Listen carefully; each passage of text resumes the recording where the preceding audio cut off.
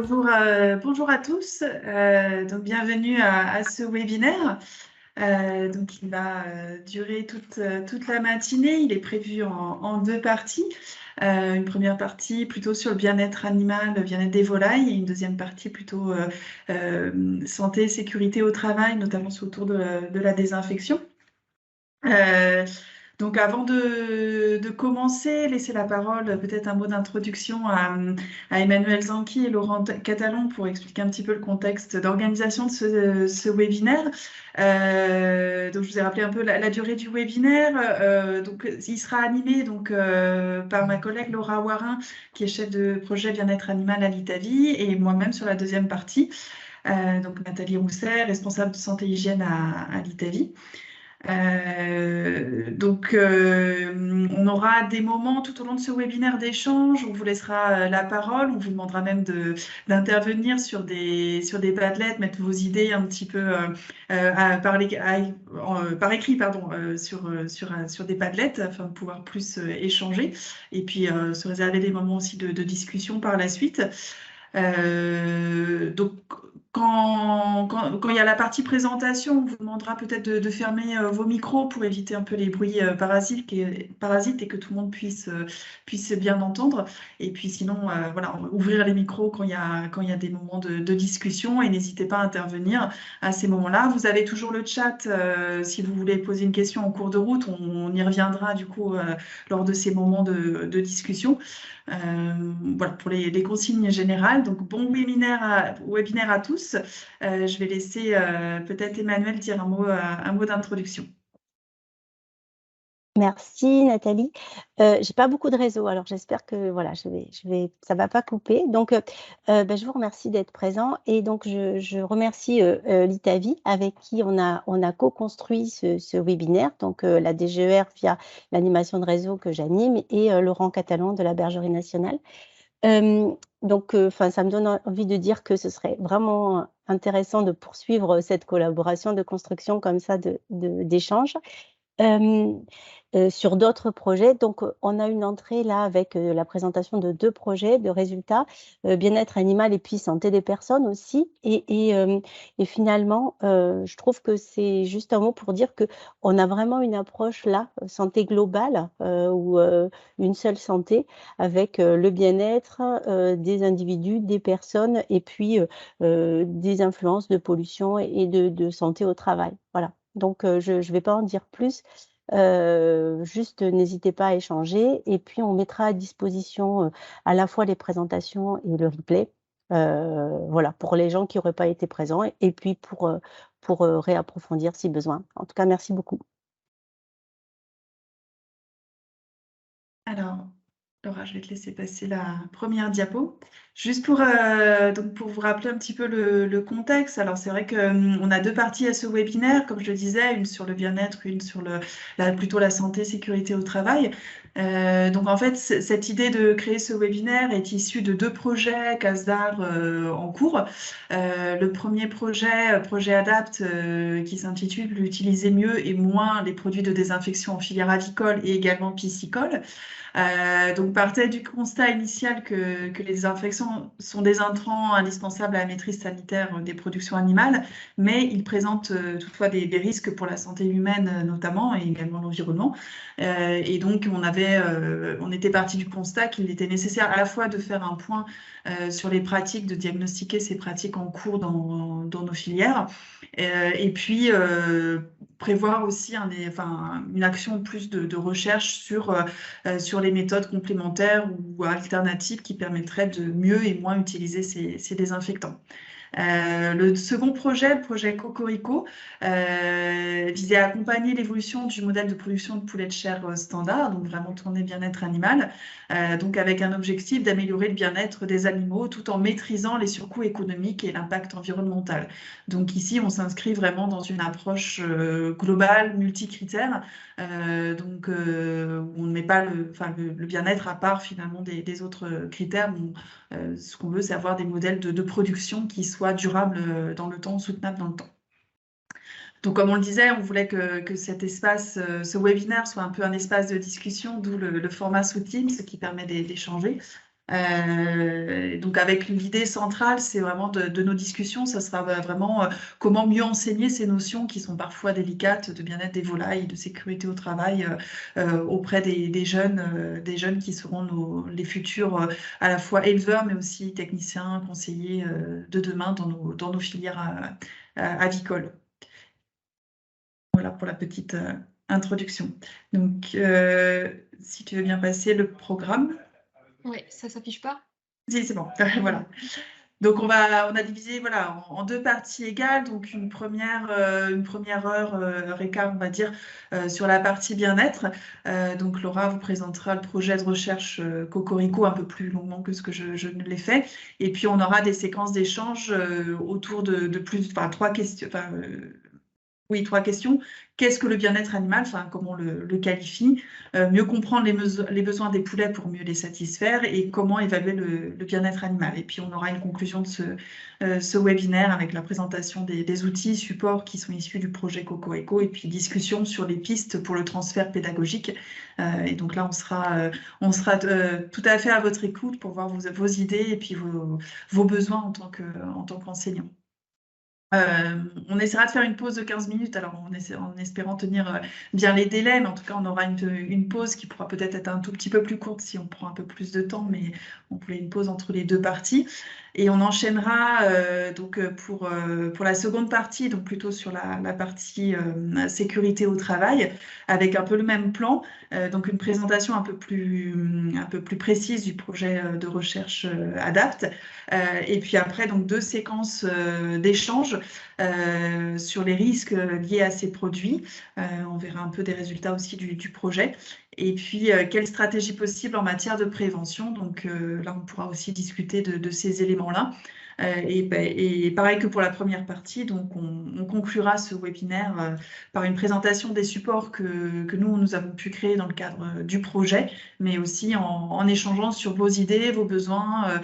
Nous avons vu dans les questionnaires préalables que certains d'entre vous avaient déjà des supports, enfin utilisé déjà un certain nombre de supports, donc ça sera l'occasion d'échanger, de partager tout ça ensemble et puis donc voilà, de pouvoir transmettre à l'ensemble des participants. Donc cette fois-ci, donc sur cette seconde partie, on va quitter le bien-être animal pour s'intéresser plutôt aux gens qui élèvent les animaux et notamment sur leur sécurité dans le cadre de leur travail.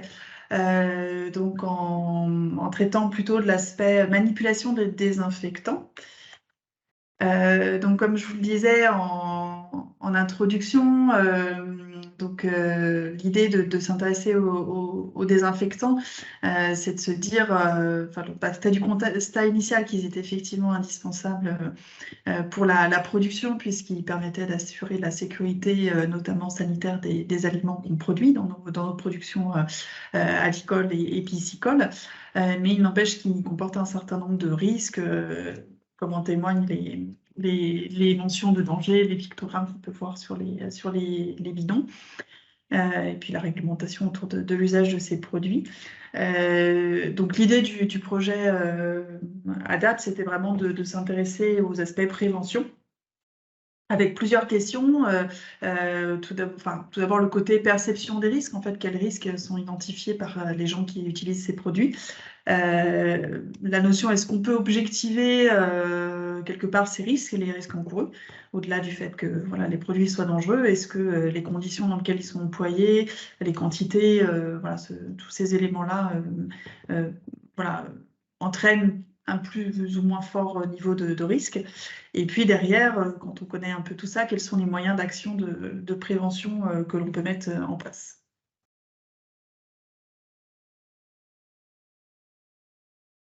Donc, le projet ADAPT en tout s'articule en fait autour de 3 actions.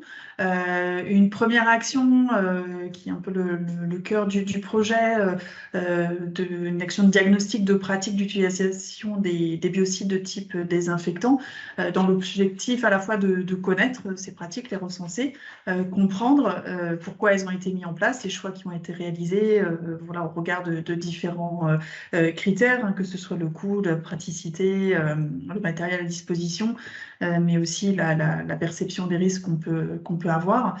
et évaluer ces situations, et évaluer les situations les plus préoccupantes vis-à-vis des risques pour la santé, mais aussi l'environnement. Donc aujourd'hui, on parlera surtout santé, mais on a aussi ce volet un peu environnement.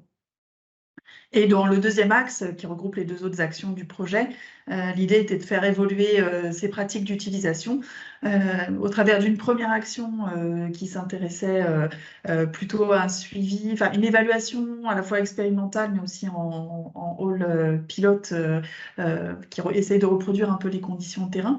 On le verra en fin de webinaire. Donc, évaluation du pouvoir désinfectant des biocides les plus utilisés dans diverses conditions d'usage. Et puis, l'intérêt à la fois sanitaire, technique, mais aussi économique, de nouvelles stratégies de prévention, de détergence et de désinfection. Et puis, la troisième action visait vraiment à co-construire des outils de sensibilisation aux bonnes pratiques d'utilisation.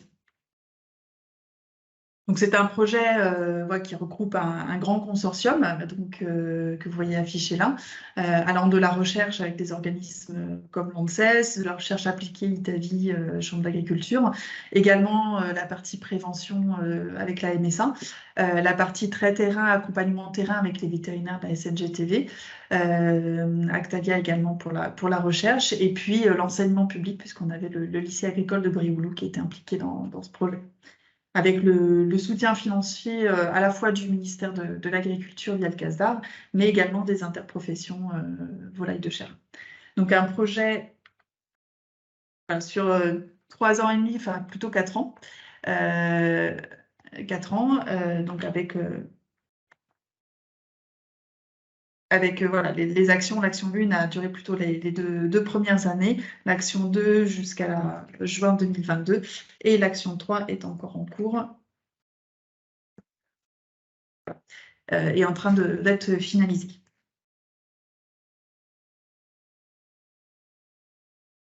Alors, pour commencer un peu la discussion autour de ce sujet, j'ai décomposé le questionnement qu'on va conduire lors de ce webinaire en deux grandes questions, avec une première question qui est d'identifier les risques liés à l'usage de ces désinfectants.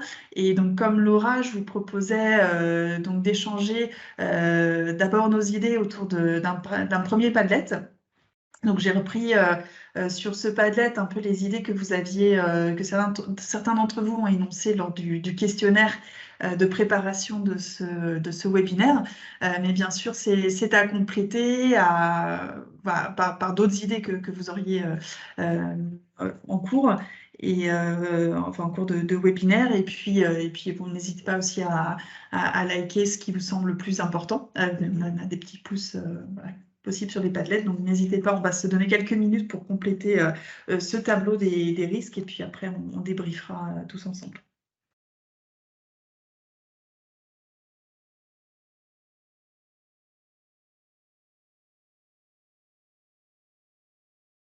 Pas d'autres contributions. Donc effectivement, alors dans ce tableau-là, ce qu'on peut voir, c'est donc il y a à la fois effectivement des risques bien identifiés sur la santé humaine, alors notamment les problèmes respiratoires. Donc ça, j'y reviendrai après sur les résultats justement de perception des risques des enquêtes qu'on a pu faire sur le terrain.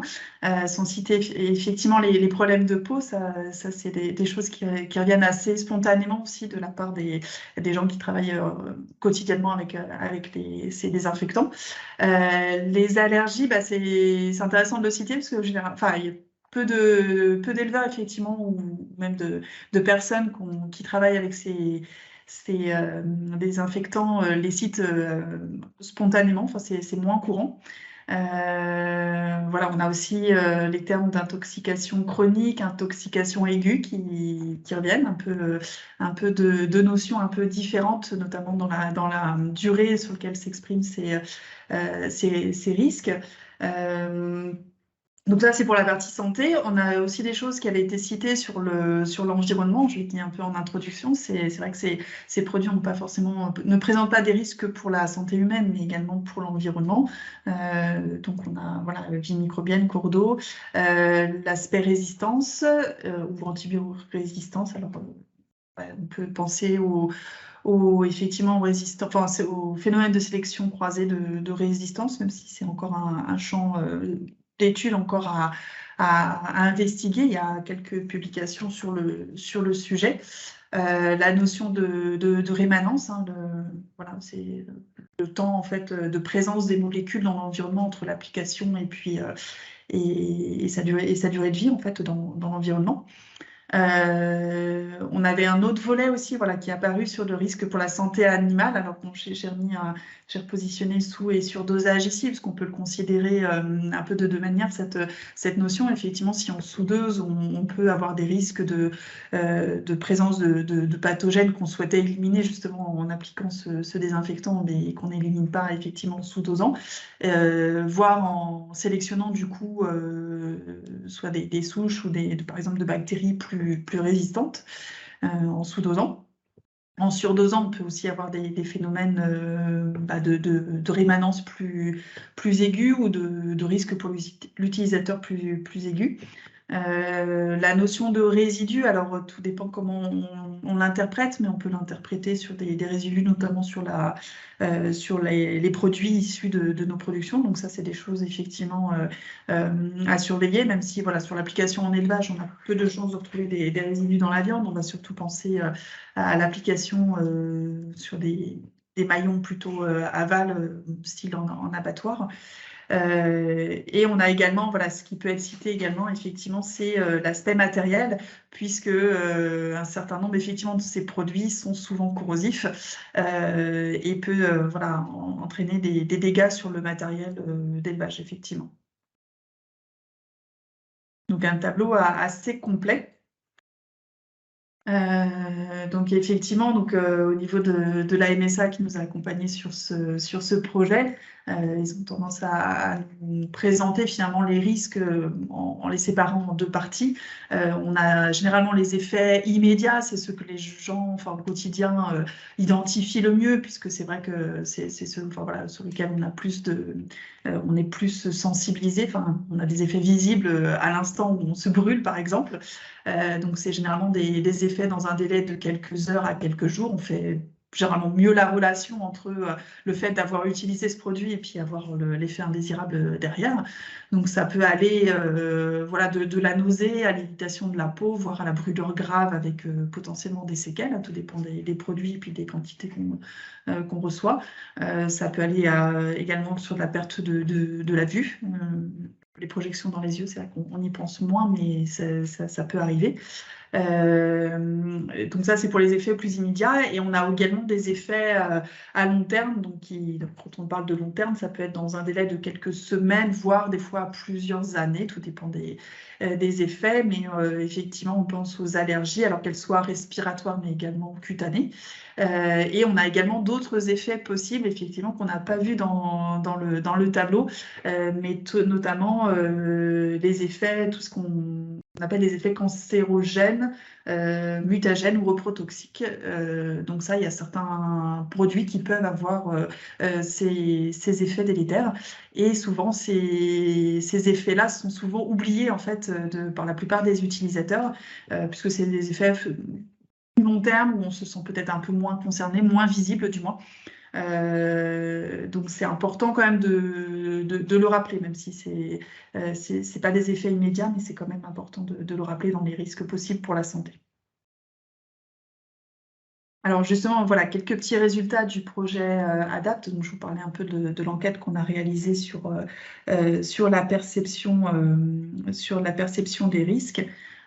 Donc on a réalisé en fait plus d'une centaine en fait d'enquêtes du couvoir à l'abattoir. Alors pour l'abattoir, on s'est arrêté au transport des volailles à l'abattoir. On voulait s'arrêter à la cohérence de l'animal vif, parce qu'après ça nous emmène sur d'autres types de biocides avec notamment des biocides autorisés avec le contact alimentaire. Donc c'est d'autres types de désinfectants. Donc on s'est arrêté à la cohérence animale vivant. Et puis, on a enquêté également des piscicultures. Vous voyez la répartition ici.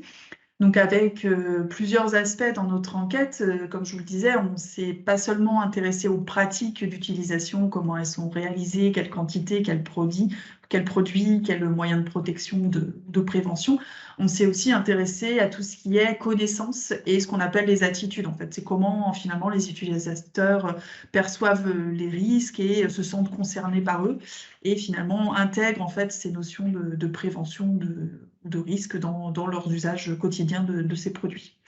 Et on s'est également intéressé au volet information, formation, accompagnement, finalement, pour un peu recenser quelles étaient les formes d'information dont ils disposaient, les formes de formation et d'accompagnement qu'ils pouvaient avoir à disposition dans leur environnement de travail.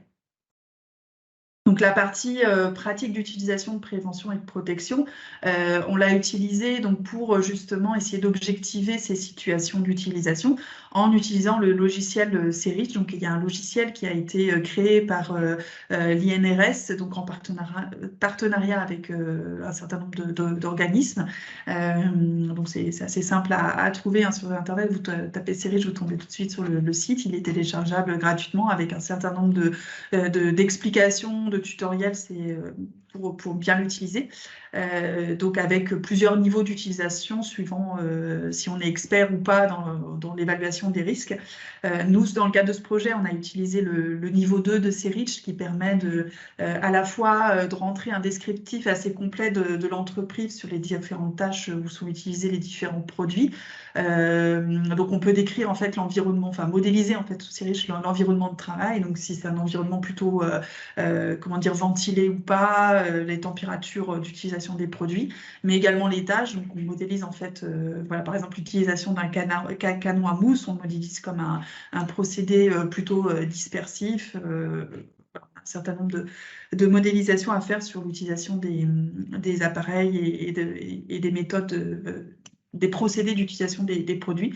Et puis, on peut préciser finalement, via un inventaire des produits, quels produits sont utilisés avec l'aide des FDS, des fiches il manque le descriptif de sécurité, il me semble. Donc, les mentions de danger qui sont liées à ce produit, les pictogrammes aussi associés, et aussi les composants, effectivement, des produits, ce qui permet de réaliser une évaluation des risques qui est dit résiduelle. Donc, c'est-à-dire qui prend en compte finalement tous ces éléments, pas juste les risques potentiels liés au danger du produit. Et donc là, je tiens à préciser que donc, les risques résiduels sont évalués sans présager de l'utilisation d'équipements de protection individuelle. Donc on peut faire la simulation après coup, finalement, de l'utilisation de ces EPI. Mais dans un premier temps, l'évaluation qui est donnée des risques résiduels est sans présager de l'usage de ces EPI. Alors, au niveau des éleveurs, enfin, voilà, les risques qui sont identifiés et qui sont plus ou moins sensibilisés, je vais faire tout apparaître, on se rend compte qu'il y a quand même les éleveurs et donc les gens qui travaillent en abattoir et en couvoir, donc nous ont quand même cité un certain nombre de formations. Donc il y a quand même de la formation à la fois initiale, hein, certains nous ont parlé de modules en BTS, même en bac, voilà, en ingénieur, toutes les anciennes professions aussi qu'ils ont été à un moment donné de leur parcours, on va dire cursus plutôt scolaire, formation initiale, sensibilisés ou ont eu des notions de sécurité au travail, et notamment en lien avec ces produits. En formation continue, on nous a aussi cité un certain nombre de formations, hein, Certifito par exemple, hein, pour les éleveurs, les formations CHSCT, les formations aussi biosécurité, hein, il y a un volet sécurité au travail qui est abordé dans ces formations pour les aviculteurs. Également des réunions d'information sur la désinfection qui peuvent être faites dans certains groupements. Donc, il y a quand même de la formation initiale ou continue, donc à plus ou moins avec des degrés divers. Alors, notamment en abattoir et couvoir, c'est beaucoup plus organisé puisque c'est des structures plus grosses avec voilà, beaucoup de salariat, donc forcément voilà, des obligations aussi réglementaires derrière de protection des salariés. Donc, beaucoup plus de formation avec des fiches de poste aussi plus formalisées qu'en élevage. Il n'empêche, il ressort de tout ça que malgré ces formations, on a une sensibilité au risque qui varie énormément. Donc avec voilà, les gens qui travaillent en abattoir, couvoir, aussi en pisciculture, et également tout ce qui est prestataire de services, dans c'est le métier professionnel, on va dire, de faire du lavage des infections, nous disent, enfin nous déclarent être plus sensibles, plus concernés par les risques que la population en général. Euh, euh, voilà, à la fois les responsables, que ce soit les responsables qualité, mais aussi les salariés. Par contre, on voit que le maillon, on va dire, le plus faible, entre guillemets, se situe plutôt au niveau des éleveurs, élevage en volaille, notamment en production à la fois de canards ou poulet de chair, qui nous déclarent en majorité, en fait, être pas vraiment plus sensibles, plus concernés par les risques que la population générale.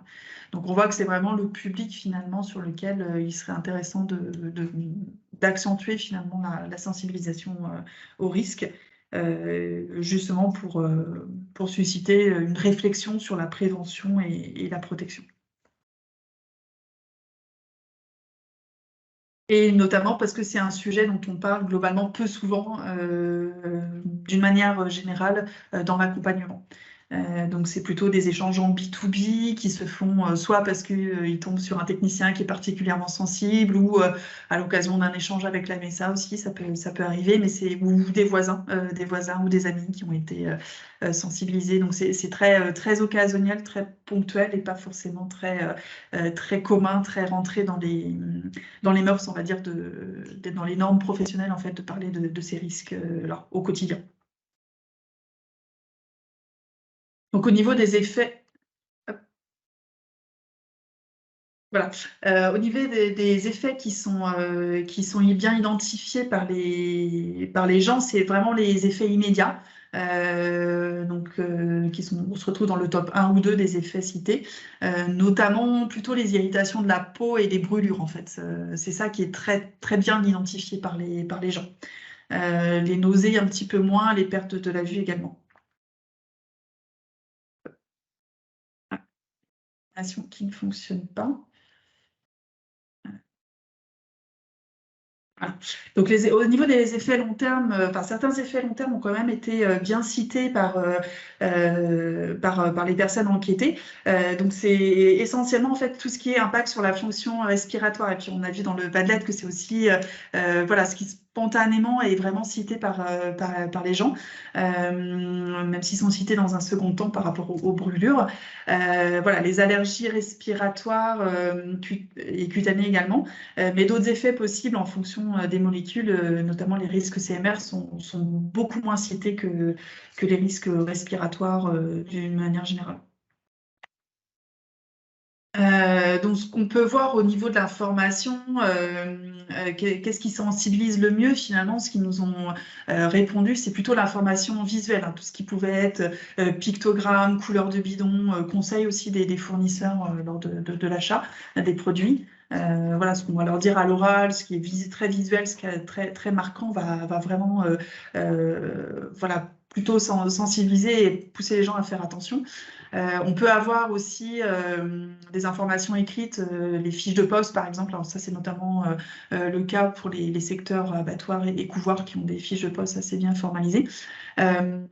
D'autres choses peuvent être citées, alors comme les caractéristiques produits. Alors là, on a retrouvé des choses comme la corrosivité, l'acidité des produits. Voilà, quand les gens voient un pH faible, voilà, ça leur pose question. Alors attention, parce que des fois, ça peut être un peu des faux avis sur certains aspects, ou un produit qui n'est pas marqué corrosif peut quand même être dangereux dans ce sens-là.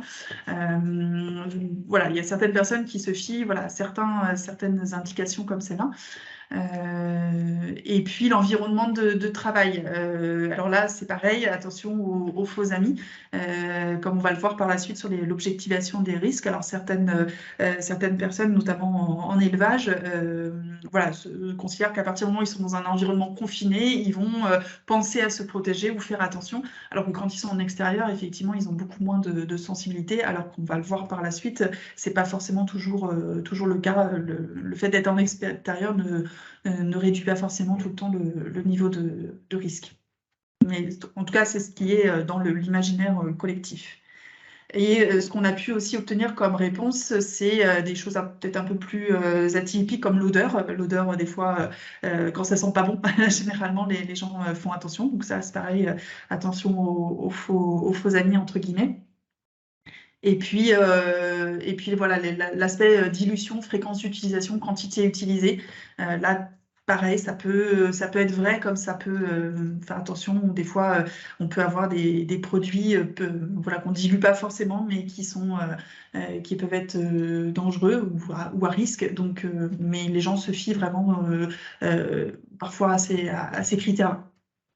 Donc, ce qui est intéressant à noter, c'est que c'est pas forcément parce que les gens ont vécu un accident ou vu dans l'entourage un accident se produire, donc que ce soit un collègue ou même un ami proche ou voilà, quelqu'un de proche, que ça sensibilise forcément au risque. En fait, ça peut sensibiliser certains, faire réfléchir, mais d'autres sont pas forcément, comment dire, ça n'a pas forcément un impact direct. Et donc ça, c'est des choses qui ressortent d'autres études, hein, pas seulement la nôtre. C'est pas forcément en montrant voilà, des images chocs ou le fait d'avoir des accidents, ça sensibilise pas forcément systématiquement au risque. Donc c'est pas forcément un levier à actionner à chaque fois.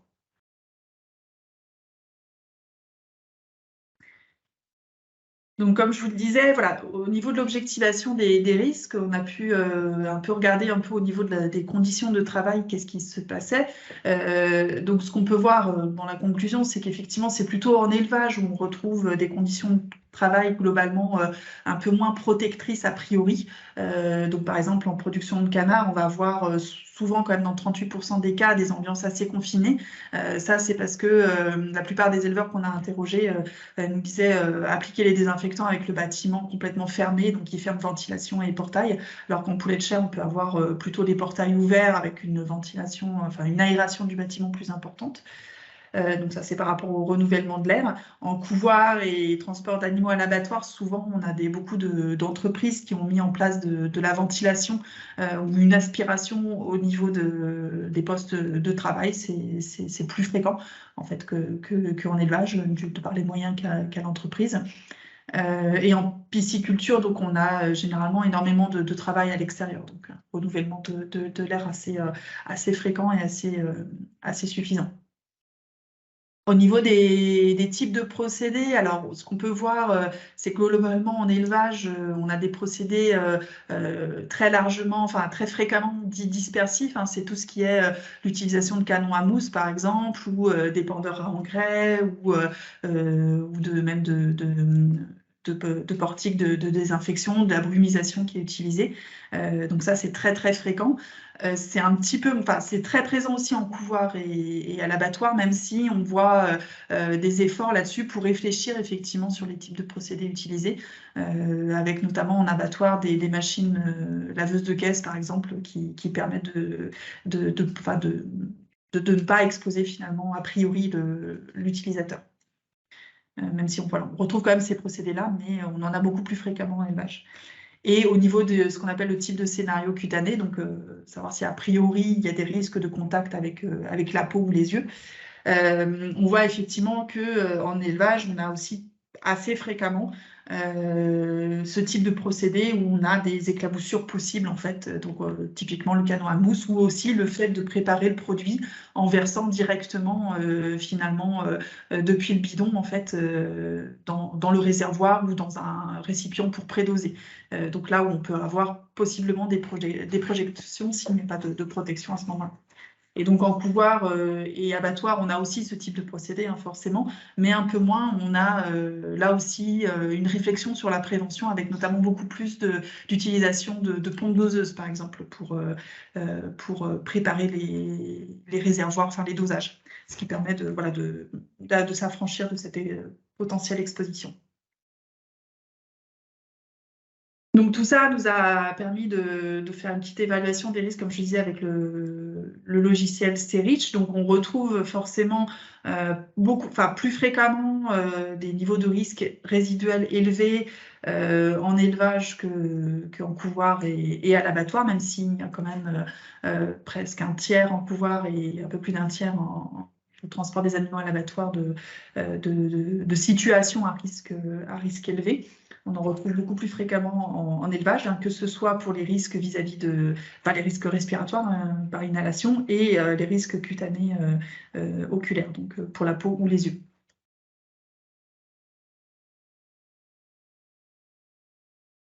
Et alors, donc, du coup, ces niveaux de risque élevés peuvent s'expliquer, comme je le disais, en partie par les procédés qui sont plus exposants. Donc, on le voit nettement sur les procédés dispersifs ou ouverts, on a une fréquence plus importante de risques élevés, même s'ils peuvent exister sur d'autres situations, mais c'est là où on retrouve la majorité des situations à risque. Et puis, selon le type de procédé, de scénario cutané, on revoit aussi les procédés avec génération possible des cas à coup sûr, forcément, amènent à une fréquence plus importante de situations à risque élevé. Donc, je vous ai remis effectivement les fréquences où on retrouve ces types de procédés en fonction des types de production des maillons. Et c'est combiné aussi à l'utilisation de familles de produits plus exposants, puisque un risque n'est pas seulement le procédé ni que la famille le produit d'un côté, c'est une combinaison des deux. Donc on voit notamment un usage très important encore d'ammonium quaternaire combiné à des aldéhydes qui entraîne très fréquemment finalement des situations à risque élevé. Donc on le voit ici sur les risques par inhalation, 77% des situations où on utilise ce type de produit ressortent à risque élevé, également en risque cutané. Et puis après, on va avoir un petit peu d'autres familles. Alors suivant le type de risque, on va avoir par exemple le chlore qui peut être plutôt pour les risques cutanés, mais également un peu pour les risques respiratoires. L'acide peracétique également, qui peut être utilisé parfois en alternative à l'ammonium, et pas forcément sans risque également, notamment sur les risques cutanés. Et on a encore de l'usage de formaldéhyde. Alors notamment, on l'a vu, on a recensé ces usages-là plutôt en pisciculture, même si en fait, alors dans notre enquête en élevage avicole, on n'a pas eu, les éleveurs ne nous ont pas forcément mentionné d'utilisation de formaldéhyde.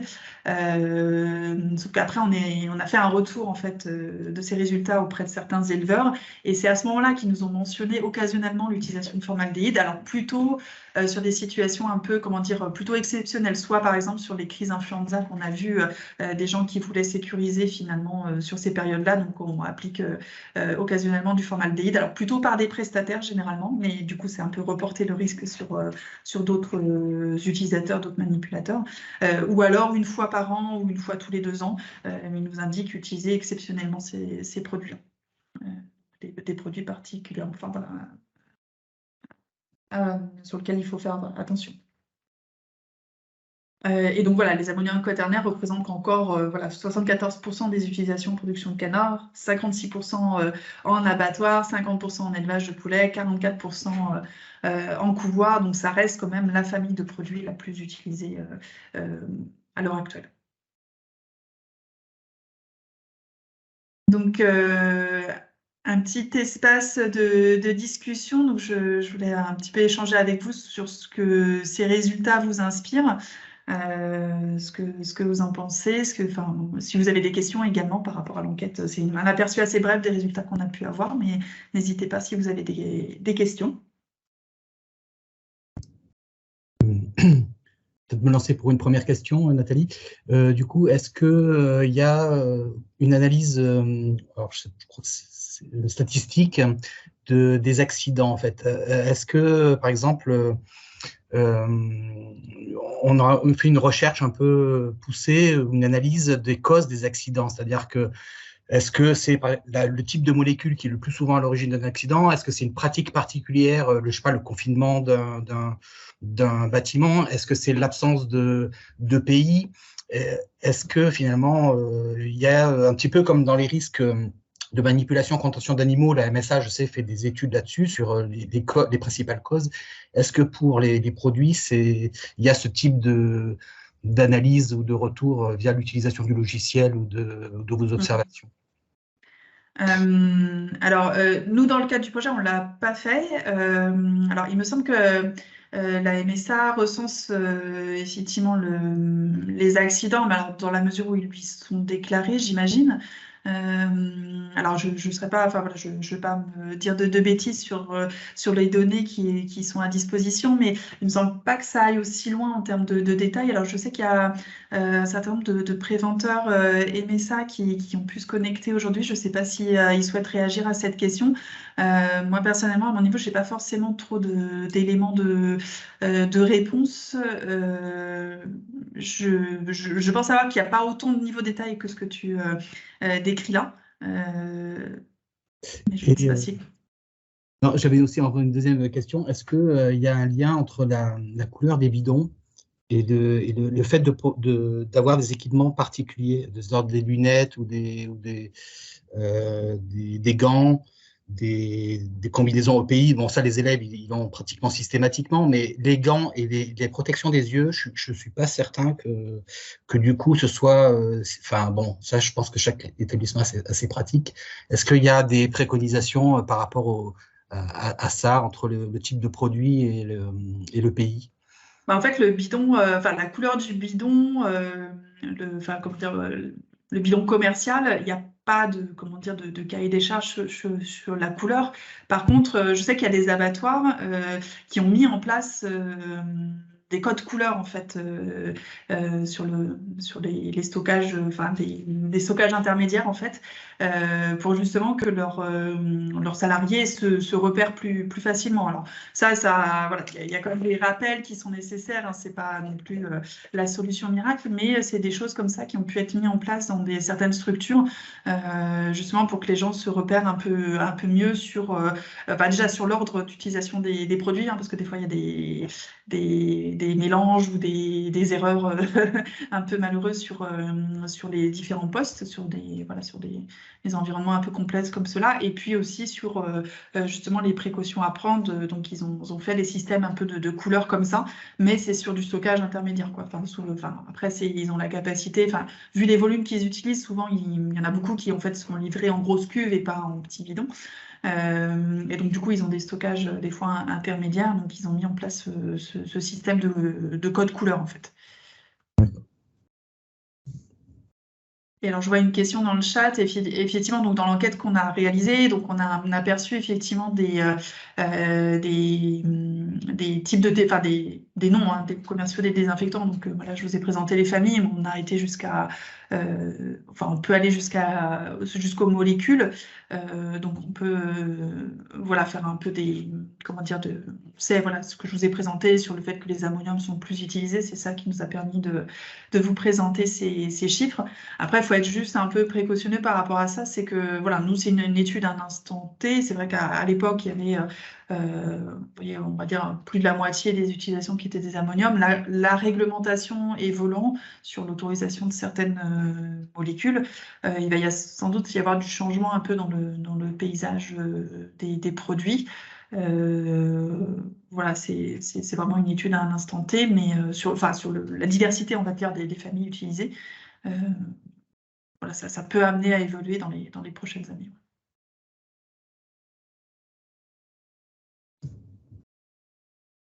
J'ai une question, moi, c'est par rapport aux éleveurs, est-ce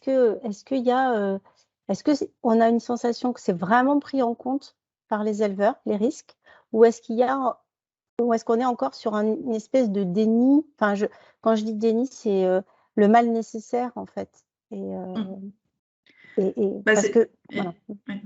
C'est ce que je disais effectivement en début de présentation. Effectivement, c'est malgré effectivement la formation initiale qu'ils ont pu nous citer ou même continue. Hein, il y a des gens qui, par exemple, avec les formations de biosécurité, il y a eu un petit aspect santé, sécurité au travail qui avait été abordé lors de ces formations-là. Donc pour les éleveurs volailles de chair, ça remonte il n'y a pas si longtemps que ça.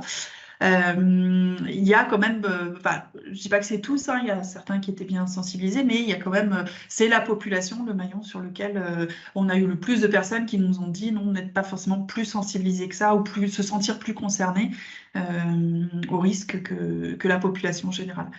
Donc effectivement, voilà, on peut. Alors après, voilà, on n'a pas forcément été, on n'a pas conduit, enfin vu l'ampleur de l'enquête, on n'a pas conduit d'entretien très approfondi avec tout le monde, mais on peut effectivement avoir certaines formes de déni, notamment sur le fait que bon, les accidents, ça arrive aux autres, mais pas forcément tout le temps à soi. Enfin, des choses comme ça qui peuvent ressortir.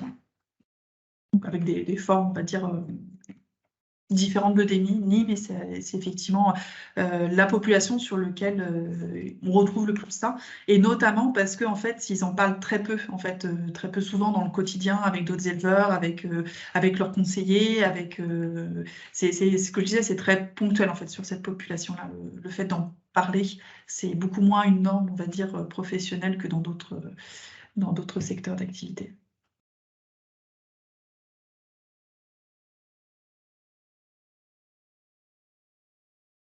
S'il n'y a pas d'autres questions, je vous propose de continuer.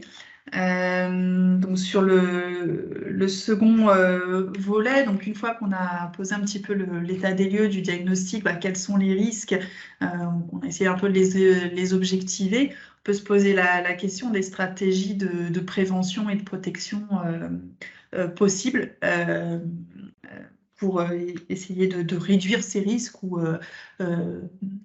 voilà, de s'en affranchir. Donc là-dessus, je vous propose un second palette pour recueillir un peu vos idées. Alors à la fois les idées, voilà, ce que vous mettez par exemple en place dans les lycées avec vos élèves, mais ce que vous connaissez aussi, ou ce qui ressort de vos échanges avec les étudiants. Donc n'hésitez pas à...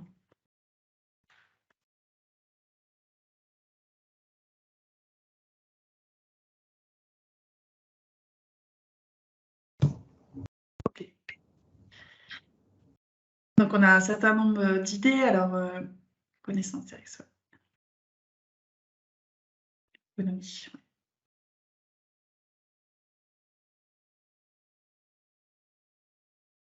Donc il y a tout un volet effectivement, que ça soit par bien savoir en fait à quel produit en fait on manipule, quels sont enfin savoir lire un peu les FDS, c'est pas toujours évident, hein, c'est pas des documents forcément très très très simples à lire, mais il y a un certain nombre quand même d'informations dedans, notamment tout ce que je disais sur les précautions, enfin les mentions de danger, etc. Ça donne quand même une certaine indication de quel danger auquel on est potentiellement exposé. Effectivement, le document unique d'évaluation, enfin, c'est vrai, le faire, du moins le mettre en place, ça permet déjà au moins de se poser la question une fois sur les dangers, enfin, plus largement auxquels on est soumis dans le cadre du travail. Donc, ces désinfectants font partie. Donc ça, c'est le volet un peu connaissance préalable de ce qu'on utilise, les produits qu'on manipule. Donc après, voilà, je voulais revenir, oui, effectivement, ce qui est intéressant, voir l'ergonomie du poste de travail. Donc ça peut être effectivement une réflexion finalement sur à la fois les procédés, mais aussi l'environnement de travail. Est-ce que, quand c'est possible, voilà, savoir un peu les aménagements qui peuvent être possibles pour se mettre dans des conditions potentiellement plus protectrices, a priori plus protectrices. Je parlais tout à l'heure de l'environnement confiné. Voilà, il y a peut-être des choses, des pistes de réflexion à avoir justement sur les conditions d'application de ces produits. Donc s'adapter au risque, effectivement, ça en fait partie. Hein, savoir en quelles conditions on les utilise, si on se protège ou pas, hein, même si on sait que c'est pas toujours évident, comme aspect. Donc le volet protection venir en dernier. Respect des oses, on en parlait tout à l'heure dans les risques de sous-dosage ou de surdosage, on en parlait tout à l'heure.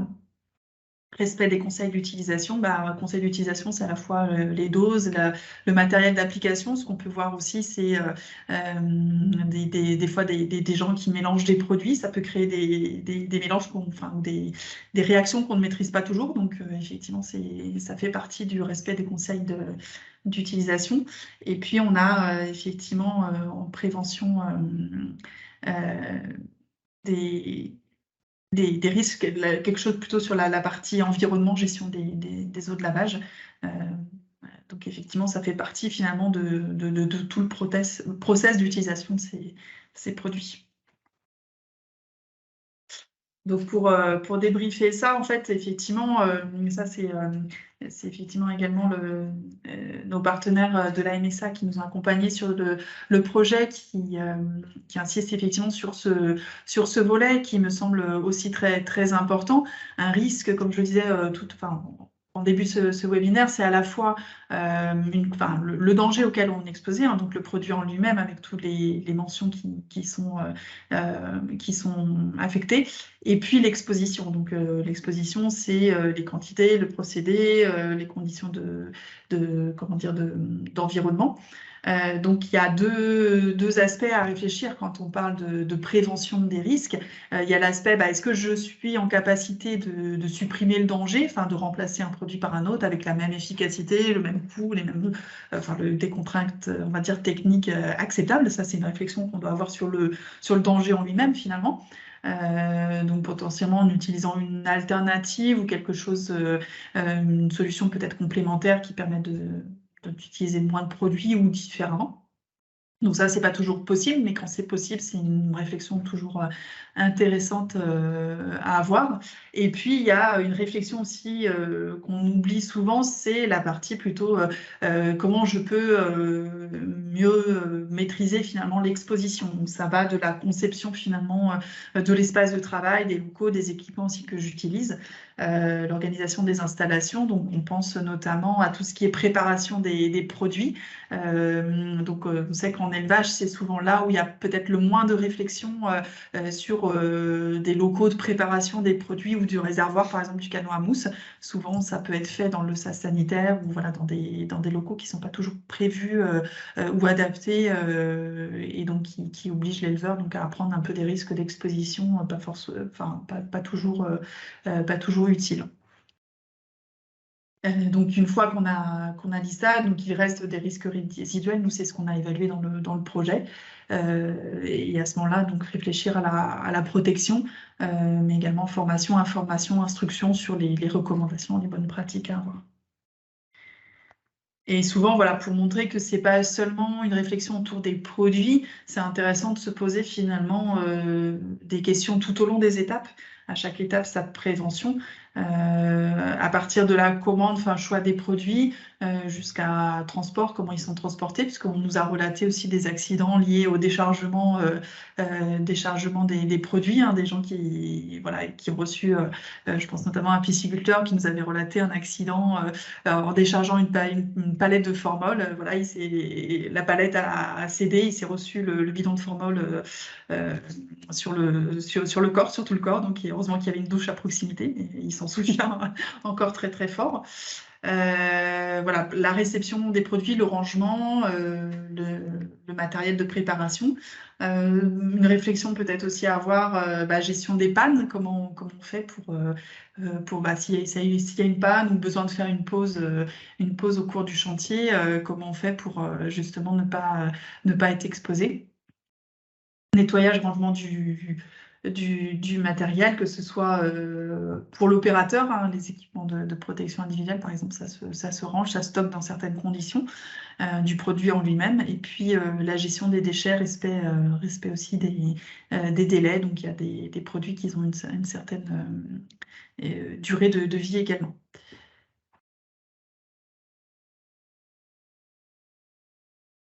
Alors, juste avant de passer à la suite, donc je vois dans le chat, il y a une petite question sur le classement des produits. Est-ce que c'est des produits phytosanitaires ou vétérinaires? En fait, j'ai envie de dire, ça dépend des produits. Donc, les produits vétérinaires, c'est une classe particulière, donc qui sont... les produits biocides, en fait, d'une manière générale, avec la réglementation biocide, sont classés en classes qu'on appelle les classes TP. Et donc, selon leur usage, en fait, ils vont être autorisés ou pas en usage vétérinaire, donc au contact d'animaux. Mais ça, en fait, c'est pas tous les produits. En fait, c'est là où c'est important, effectivement, de lire attentivement, finalement, les FDS produits. Et normalement, c'est précisé sur les FDS maintenant actualisés, avec la nouvelle réglementation de biocide, il est spécifié finalement l'usage qui est prévu pour le produit en question. Donc ça, c'est vraiment à regarder effectivement sur les produits. Et généralement, sur les produits à usage vétérinaire, il y a, les conseils du vétérinaire sont indispensables pour utiliser ces produits. Donc ça dépend vraiment des produits.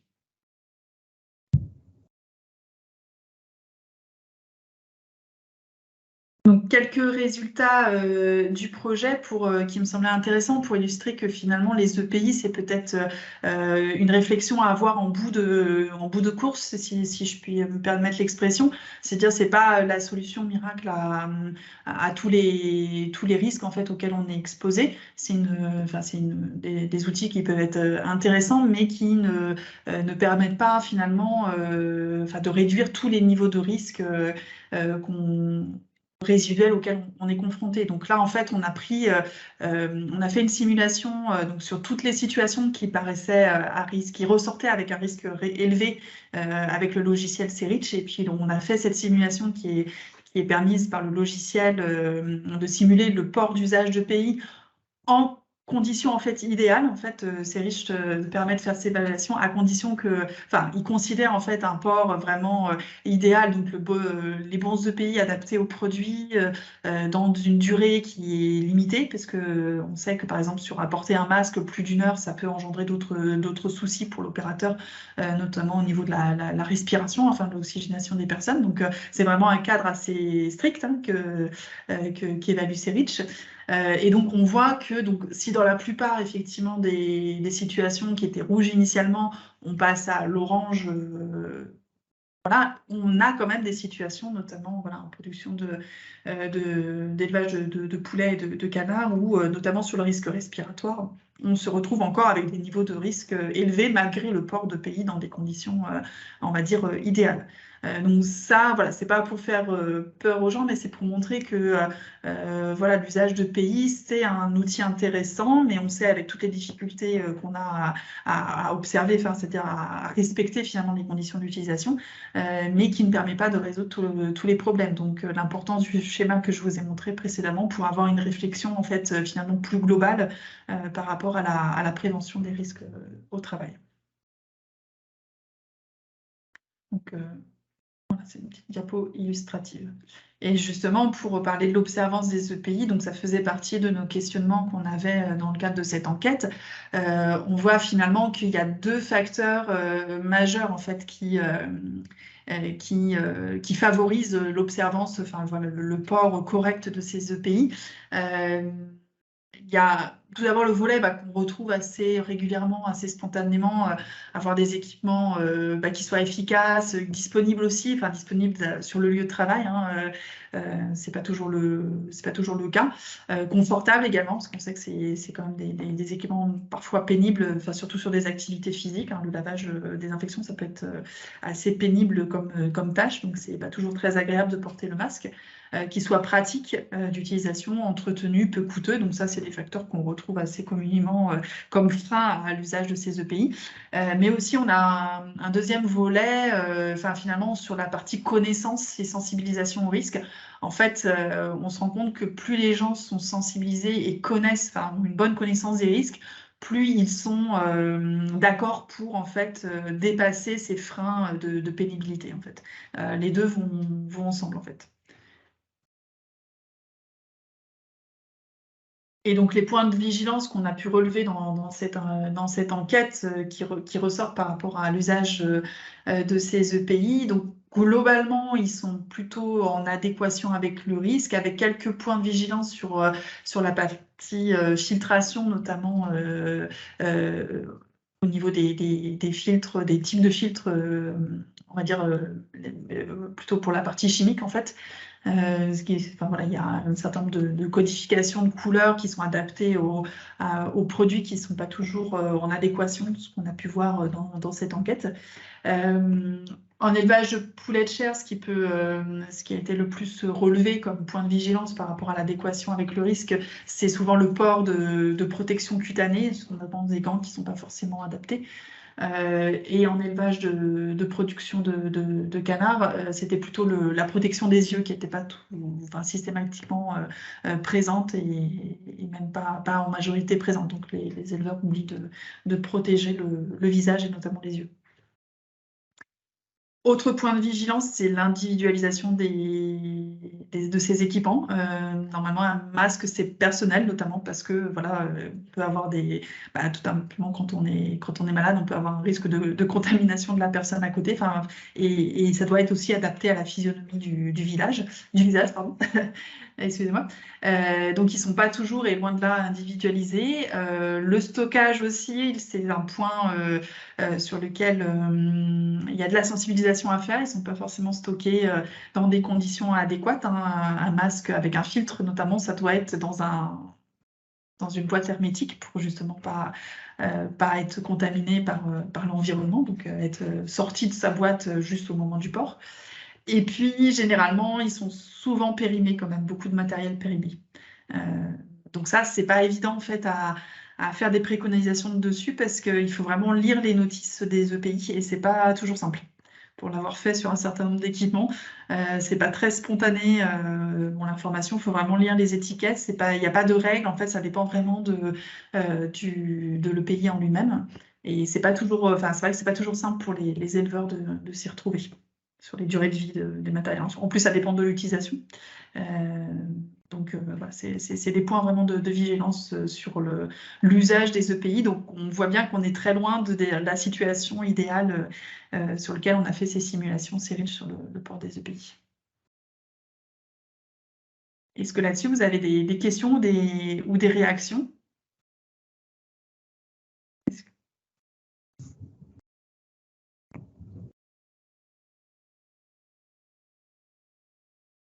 Oui, je peux dire quelque chose? Oui, allez-y. Vous m'entendez? Oui, je suis enseignant zootechnie, ex-DEA. C'est vrai que la formation, c'est intéressant, mais dans les établissements scolaires, on se pose beaucoup de questions, quoi. Déjà, si je voudrais m'équiper d'un EPI, pour désinfecter, je ne suis pas sûr d'être capable de trouver tous les éléments parce qu'il n'y a pas de fiche. Après le coût, je ne vous dis pas. Ensuite, il faut équiper tous les élèves, aucun établissement ne voudra.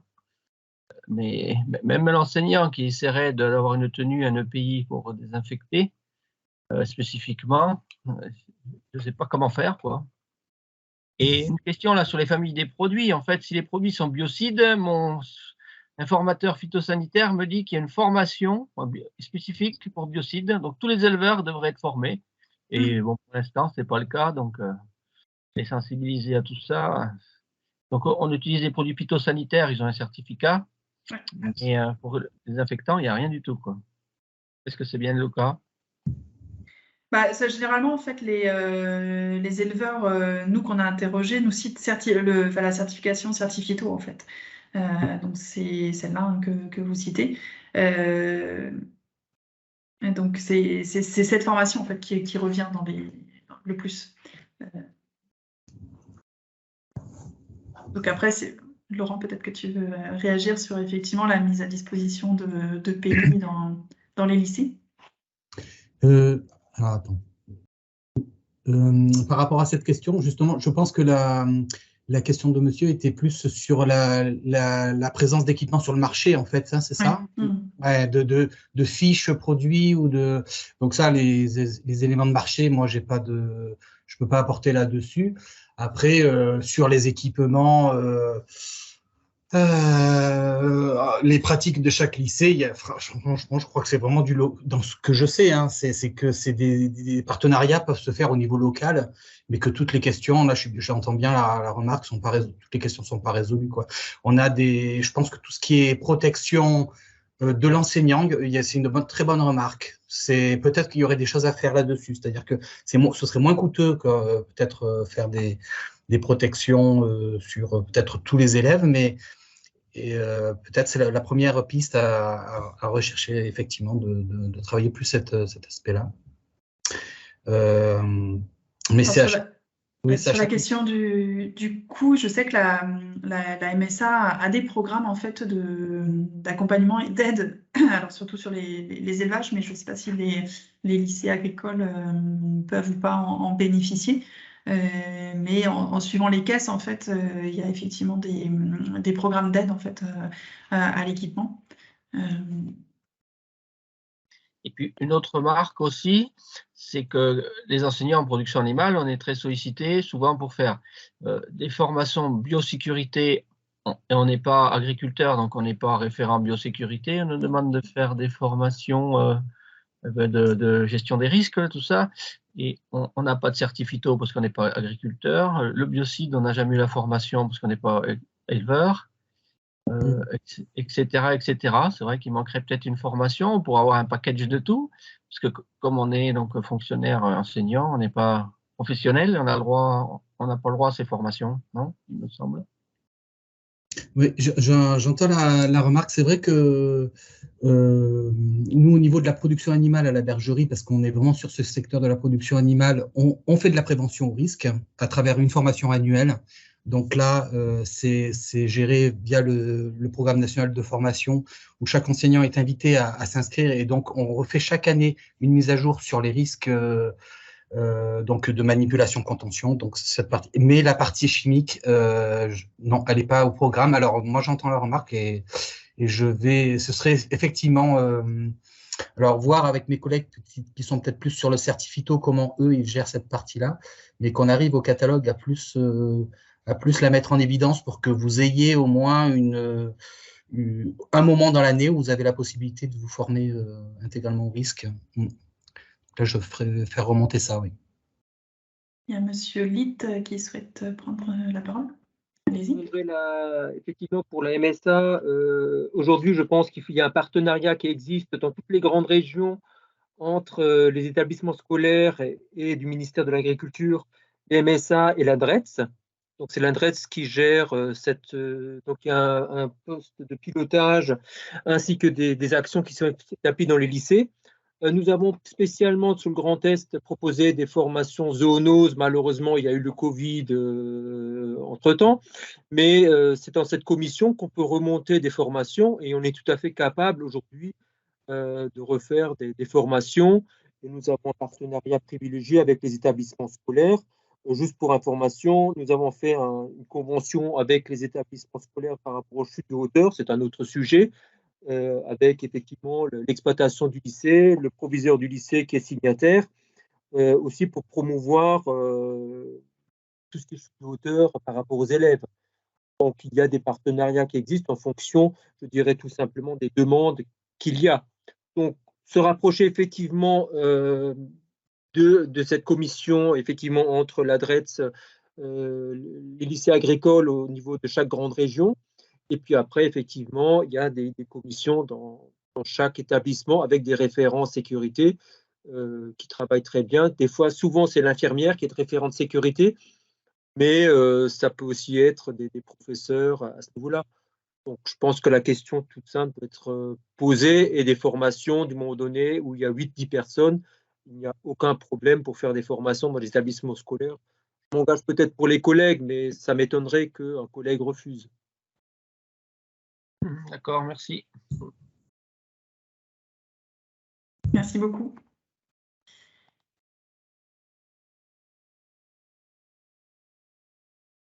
Donc, je propose d'enchaîner. Alors, au niveau des stratégies de prévention, justement, donc je vous le disais en introduction du projet, donc on avait un deuxième volet dans le projet où on voulait un peu acquérir des données de référence, enfin acquérir de la connaissance sur à la fois l'efficacité de désinfectants dans des conditions d'usage plutôt terrain, et puis sur de nouvelles méthodes. Donc, je vais vous représenter quelques résultats du projet.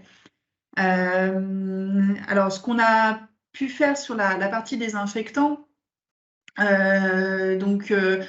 a testé en fait l'usage de différentes familles. On avait 6 biocides désinfectants que l'on a testés dans le projet en s'appuyant sur l'enquête qu'on a réalisée. On a pris les familles les plus utilisées, donc en fonction des maillons. Donc on avait à la fois des aldéhydes, des chlores également. Voilà, ce genre de désinfectant. Je vous passerai le lien vers les publications plus complètes. Là, je voulais juste survoler un peu les quelques résultats qu'on a eus. Donc, on a testé ces désinfectants sur des biofilms, le biofilm de pathogènes fréquemment retrouvés en élevage, et Escherichia coli pour le côté présence assez importante en élevage de poulets de chair. Salmonella qui est plutôt un pathogène plutôt responsable de zoonoses alimentaires, et les cellules de Campylobacter également adhérées. Alors, ce qu'on a pu voir lorsqu'ils sont, c'est des infectants, enfin, on a testé à deux températures différentes, 10 degrés pour simuler plutôt des conditions plutôt fraîches d'emploi. On pense notamment des conditions plus extérieures, plus fraîches, et puis une condition d'emploi à 20 degrés, on va dire, qui sont plutôt dans les recommandations d'usage de ces produits pour les comparer. On a vu qu'en fait, quelle que soit la température, aux concentrations d'emploi préconisées, on a une efficacité, du moins en laboratoire, avec les précautions d'usage, c'est des essais en laboratoire, on a des résultats similaires en fait en termes d'efficacité. Donc effectivement, la température n'a pas ou peu d'impact finalement sur l'efficacité aux conditions d'emploi recommandées. Alors, on a voulu tester des concentrations inférieures pour notamment simuler les zones plus difficiles d'accès, notamment sur certains bâtiments. On pense tout ce qui est au fêtage lanterneau, les jupes, par exemple, sur certains modèles de bâtiments un peu plus compliqués d'accès, ou alors avec des temps de contact un peu moindres, avec des zones où on ne passe pas forcément bien. Pour voir un petit peu si on a une perte d'efficacité ou pas de ces produits. Alors, ce qu'on a pu voir, on a des différences de comportement entre Escherichia coli et Salmonella suivant les types de produits utilisés. Donc, je ne vais pas m'étendre sur les détails, mais en fonction des molécules, on peut avoir une efficacité sur coli ou sur Salmonella, tout dépend de la molécule. Et ce qu'on a pu voir aussi au travers de ces essais, c'est l'importance de la détergence préalable. Donc en fait, on a l'importance à la fois de l'action mécanique et de l'usage de détergents au préalable pour maximiser finalement le contact avec le désinfectant derrière. Donc finalement, il y a 2 messages finalement vraiment à faire passer sur le terrain pour éviter justement la tendance au surdosage. C'est l'importance du détergent, mais ça c'est des discours effectivement qu'on tient depuis un certain nombre d'années. Et puis la vigilance sur les zones difficiles d'accès, notamment sur la présence d'eau résiduelle qui peut avoir un effet diluant sur les concentrations. Alors ensuite, on a investigué trois méthodes, on va dire complémentaires ou alternatives pour voir un peu si elles pouvaient présenter un intérêt dans ces protocoles de nettoyage des infections. Donc en prévention, on a fait des essais sur l'utilisation de flore de barrière sur les surfaces qui s'utilisent de plus en plus finalement, alors notamment en élevage de poules pondeuses, mais aussi en élevage de poulets de chair, c'est des choses qu'on retrouve, mais également on en a retrouvé également des couvoirs qui utilisaient ce type de produit. On a investigué le volet détergence avec les détergents enzymatiques. Là aussi également parce qu'il y a un certain nombre de produits qui circulent sur le terrain et on voulait un peu essayer d'objectiver un petit peu l'intérêt de ces produits-là. Et puis une méthode un peu plus prospective. Donc on sait que la réglementation n'est pas du tout encore ouverte à l'utilisation de l'ozone, mais à l'époque où on a déposé le projet, il y avait, on était dans un contexte un peu particulier de l'influenza aviaire, donc le projet a été construit entre fin 2017-2018, donc on était, premier épisode, on était en plein dans le second épisode d'influenza aviaire. Et donc, il y a des gens sur le terrain qui commençaient à réfléchir sur l'utilisation de l'ozone, avec nous des questionnements vis-à-vis quand même de la santé humaine, parce que l'ozone peut générer quand même des accidents importants. Donc, l'idée, c'était quand même de voir si, en termes rien que d'efficacité, ça pouvait présenter un intérêt. Donc, je vous spoil le résultat tout de suite, c'est que finalement, par rapport à l'usage qu'on peut en avoir en élevage, notamment où on peut retrouver des biofilms implantés sur les surfaces, finalement, l'ozone, en considération des risques opérateurs qu'il peut générer, ne présente pas un intérêt suffisant pour un usage, pour imaginer un développement de son usage en élevage. Notamment, donc on a fait plusieurs essais à la fois sur l'eau ozonée, donc en cuve de 60 litres, et également, comme ça ne fonctionnait pas forcément très bien sur de l'ozone gazeuse, qui là, peut présenter des risques plus importants pour l'opérateur. Et on n'arrivait pas à des résultats suffisamment intéressants en termes de réduction de la contamination des biofilms. Donc, on a fait ces tests sur des biofilms d'Escherichia coli. Et notamment, l'explication qu'on en a, c'est que il y a présence de trop de matières interférentes. Hein. L'ozone est un réactif assez puissant, mais qui réagit très vite finalement. Donc à la présence notamment de matières organiques. Et voilà, on en était rendu à vouloir avoir des concentrations beaucoup trop importantes par rapport au regard du risque pour la santé opérateur. Donc voilà, ça nous a permis de confirmer que ce n'était pas forcément une voie à pousser. Par rapport aux interrogations de terrain qu'on avait à l'époque, on a une réponse par rapport à ça. Donc, je ne vais pas m'attarder plus que ça, mais pour vous dire qu'on l'a testé, enfin, c'est un volet un peu plus prospectif, on l'a testé dans le cadre de ce projet-là. Incroyable, ça. Comment?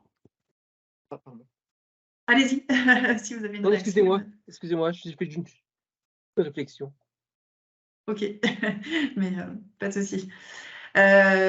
Donc sur la partie flore de barrière, donc on avait testé 2 volets. Donc on parlait tout à l'heure de la rémanence. Donc une de nos questions, c'était finalement, généralement ces flores, elles sont appliquées dans le protocole après nettoyage des infections des bâtiments. Donc on se posait une première question qui était celle de est-ce que finalement les produits désinfectants qu'on applique ont un impact sur l'implantation des flores de barrière qu'on va mettre après. Donc là, pareil, on a testé plusieurs biocides, enfin familles de biocides, hein, en tout, 6 produits et 5 familles de biocides. Donc ce qu'on a pu voir, donc ça c'est pareil, c'est des résultats qui sont publiés, hein, je ne vais pas forcément tout détailler, mais finalement, d'une manière générale, on a vu un faible impact de la désinfection sur le développement des flores de barrière, notamment après 24 heures et même au-delà. À l'exception du biocide E, qui correspond à une molécule en particulier, où on a vu effectivement un impact, vous voyez sur le graphique, donc du coup une implantation moindre des flores de barrière après l'application de ce biocide. Donc il y avait un seul biocide effectivement qui avait un effet en fait, où la rémanence en fait avait un effet sur l'implantation des flores de barrière. Et ça sur les 3 flores de barrière commerciales qu'on a testées. On peut imaginer qu'on a un effet quand même assez reproductible sur des flores de barrière différentes. La question suivante, c'est est-ce que ces flores de barrière, du coup, une fois implantées, ont la capacité ou un intérêt à limiter finalement l'implantation de pathogènes et notamment de biofilms? Donc là, on a fait ce test sur un biofilm de Salmonella typhimurium et également d'Escherichia coli. Là, vous voyez les résultats sur Salmonella. Donc ce qu'on peut ressortir en fait de cet essai, c'est que les résultats sont prometteurs en fait. On voit notamment sur ce graphique-là, on voit sur les 2 premières fleurs de barrière, donc après 24 heures pour le gris clair et après 48 heures, par rapport au coupon témoin, une inhibition finalement du développement de Salmonella sur ces coupons. C'est un peu moins, enfin c'est moins le cas, et même pas du tout le cas sur la flore 3. Alors là-dessus, on a une piste d'explication par rapport à la quantité finalement de flore de barrière qui avait été initialement déposée sur le coupon, où on voit que sur la flore 3, c'est celui où il y avait le moins, une concentration moindre de flore de barrière déposée. Et donc avec une succession d'essais, ça nous fait conclure que finalement, ces fleurs de barrière ont potentiellement un intérêt par rapport à l'inhibition des biofilms sur les surfaces, donc potentiellement sur l'utilisation des désinfectants qu'on peut faire derrière, à condition de bien les préparer en fait. Il y a une importance assez cruciale de la préparation des fleurs de barrière avant leur application, notamment avec, il y a des préconisations des fabricants autour de ça, notamment plutôt utiliser de l'eau tiède, non traitée, un temps d'attente à respecter de la solution. Il y a un activateur généralement aussi qui est fourni avec le produit. Tout ça en fait a pour objectif de bien préparer la solution en fait de flore de barrière à déposer sur les surfaces. Donc il faut s'imaginer un petit peu faire le parallèle finalement pour ceux qui font du pain eux-mêmes avec les levures de boulangerie qu'on peut utiliser. Donc il y a quand même une activation finalement des flores qui se présentent généralement sous forme de poudre dans les produits commerciaux. Elles sont à réactiver, à bien préparer pour qu'elles commencent à croître avant le dépôt sur les surfaces, donc à croître en quantité suffisante. Et à ces conditions, on a un effet intéressant derrière. Au niveau de la détergence, donc voilà un peu le même protocole, ensemencement des supports avec des fientes, ajout du biofilm, séchage du biofilm, détergence. Ce qu'on a pu voir finalement, c'est qu'on a un intérêt de ces détergents enzymatiques par rapport à l'eau toute seule, notamment sur alors là je vous ai montré que les graphiques sur les coupons en inox, ça c'est pareil, c'est des résultats qui ont été publiés. À noter qu'on a vu qu'on a une importance de l'action mécanique au préalable. Donc là, vous voyez, c'est le graphique de droite par rapport au graphique de gauche. On a des résultats plus intéressants avec action mécanique qu'avec sans action mécanique. Et puis, par contre, on a un faible impact de la température à condition qu'on ait une action mécanique là, qui était modélisée, enfin qui était reproduite par agitation dans nos essais. Donc c'est voilà, des détergents qui peuvent être intéressants en alternative à des détergents chimiques, à condition d'avoir cette action mécanique voilà, qui accompagne du coup dans le protocole complet d'application. Et donc, la question suivante, c'est est-ce que finalement, il y a un intérêt cumulatif de la détergence enzymatique plus utilisation de biocides? Donc, ce qu'on peut voir, c'est que oui, il y a un intérêt à avoir ces deux combinés, détergence plus désinfection. Donc, on le voit au travers des différents essais qu'on a pu conduire. On retrouve l'importance de l'action mécanique. Donc on voit à chaque fois les barres, par exemple ici en bleu, détergent plus action mécanique plus biocide. Voilà, on a effectivement un résultat plus intéressant que le détergent enzymatique seul ou le détergent plus biocide seul. Et puis on a l'impact de la quantité de souillure organique préalable. Donc on voit qu'effectivement détergent plus biocide, quand on a un surencrassement finalement de nos coupons, on a une réduction intéressante par rapport aux témoins, mais une réduction qui reste moindre que quand on a lavé, préalablement, faire simuler un détrempage du bâtiment au préalable. Donc voilà, ces résultats montrent bien l'importance finalement du protocole complet à respecter. Donc on parlait tout à l'heure du respect des bonnes pratiques.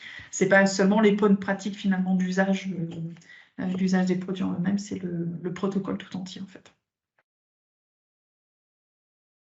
Donc voilà, à nouveau un petit espace pour discuter. Donc est-ce que vous avez des questions, des réactions par rapport à ça? J'ai été assez vite sur les résultats pour vous donner un peu un aperçu de ce qu'on a fait, mais on aura des publications et des supports qui permettront d'aller un peu plus loin.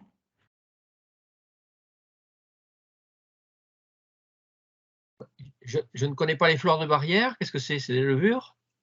Alors, généralement, c'est plutôt de la famille des lactobacilles. La plupart des produits commerciaux, alors avec des combinaisons différentes, mais c'est plutôt des souches de lactobacilles en fait. Et donc, ils peuvent être utilisés en fait à différentes visées. Donc, il y a effectivement cette utilisation en termes de flore de surface qui essaye de concurrencer finalement les biofilms. Et c'est alors certains fabricants et certains éleveurs l'utilisent plutôt, peuvent utiliser ces flores pour, en administration dans l'eau de boisson des animaux pour du coup orienter finalement une flore positive, on va dire, dans le microbiote intestinal. Donc plutôt pour des considérations finalement confort digestif et derrière lutte contre certaines pathologies. Voilà, on a différents usages possibles. Comme les ferments lactiques au moment du gavage, quoi. Oui, un peu, ouais.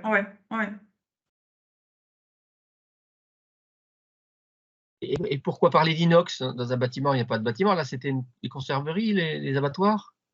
Alors, en fait, l'inox, on peut le retrouver. On a testé en fait 2 types de matériaux, le polyéthylène et puis l'inox, parce qu'on a certains, enfin, tout dépend des bâtiments, mais notamment en élevage de pondeuses, on peut avoir de l'inox. Et également en salle de gavage, on peut avoir de l'inox. Donc, on a voulu tester différents types de matériaux qu'on pouvait retrouver en élevage et également en abattoir couvoir. Parce qu'on n'a pas, en fait, selon le support, on peut avoir une adhérence des biofilms qui est différente.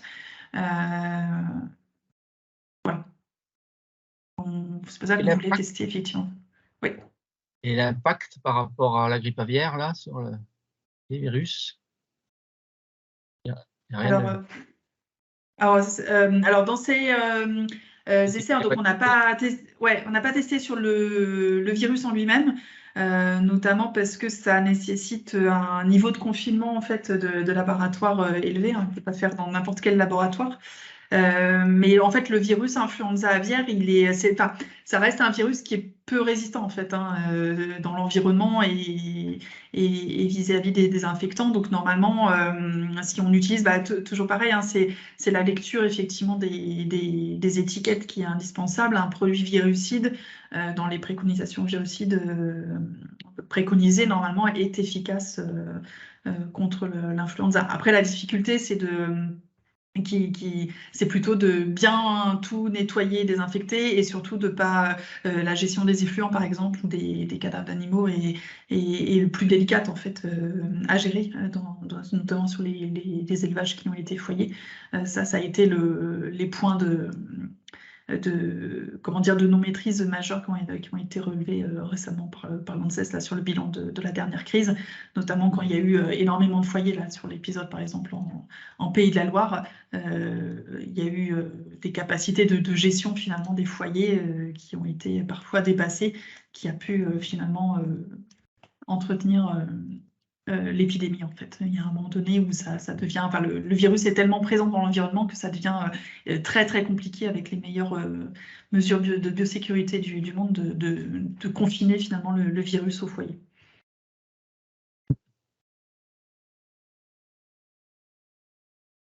Alors moi, cette formation, elle m'intéressait parce que je fais des CC-TROV là, en volaille. C'est vrai que le chauffeur de camion, il est encore plus souvent amené à utiliser des désinfectants que les éleveurs. Donc j'ai pris note de quelques, notamment sur les EPI. D'accord. Il y a des sacrés soucis. Parce qu'ils ont la tenue bleue là, pour rentrer dans les élevages, mais pas la tenue d'utilisation de biocides. Je n'en ai pas vu beaucoup qu'il avait. Les abattoirs, les couvoirs, oui, ils l'ont. Oui, pas les transporteurs, enfin pas les chauffeurs, oui. Ouais. C'est pour ça que la prochaine formation, voilà, il faut que je demande à la MSA ou quelqu'un de me fournir l'équipement complet pour au moins leur montrer à quoi ça correspond. Mais c'est vrai que le coût après, si c'est des masques ventilés, avec des cartouches, ça coûte une fortune tout ça.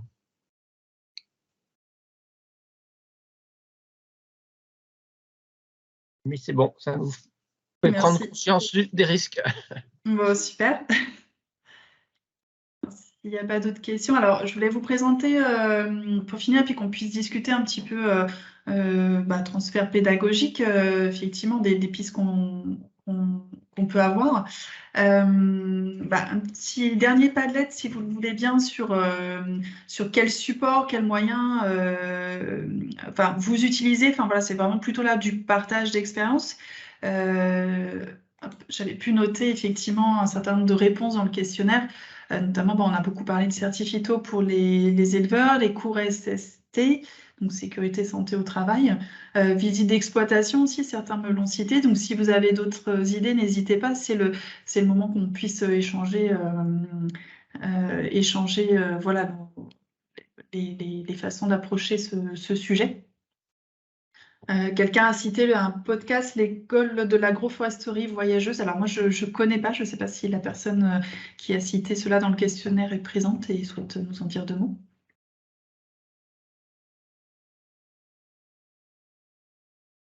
N'hésitez pas à partager d'autres idées, enfin de supports ou de façons d'aborder ce sujet avec des étudiants.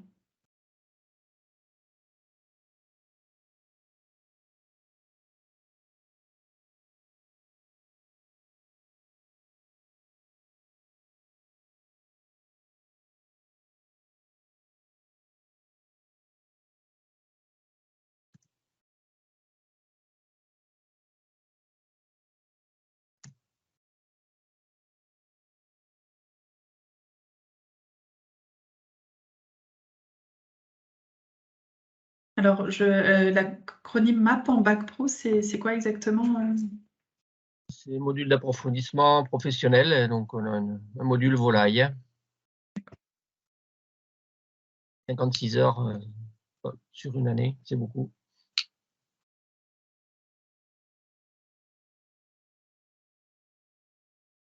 Ça, ce sont des choix de l'établissement, en fait. C'est ça, oui. Le MAP.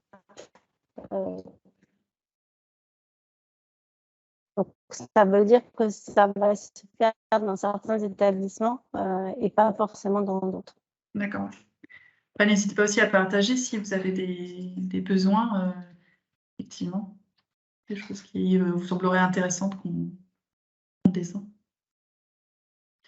Une visite avec réalisation et un cas pratique, effectivement, de réalisation d'un des UER pour se rendre compte, effectivement, des risques. Ça peut être intéressant.